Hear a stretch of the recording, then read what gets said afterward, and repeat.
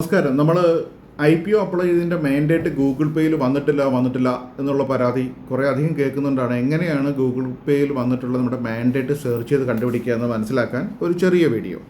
Google പേ open ചെയ്യുമ്പോൾ ഇങ്ങനെ ആയിരിക്കുമല്ലോ.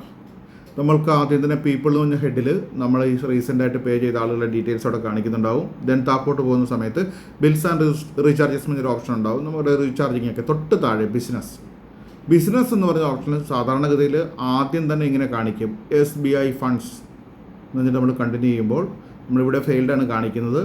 അത് നമുക്ക് അവിടെ നിങ്ങൾക്ക് ഫെയിൽഡ് അല്ലാതെ അപ്രൂവ് ചെയ്യാനൊരു ഓപ്ഷൻ ആയിരിക്കും. അവിടെ അപ്രൂവ് ചെയ്ത് ഗൂഗിൾ പേയുടെ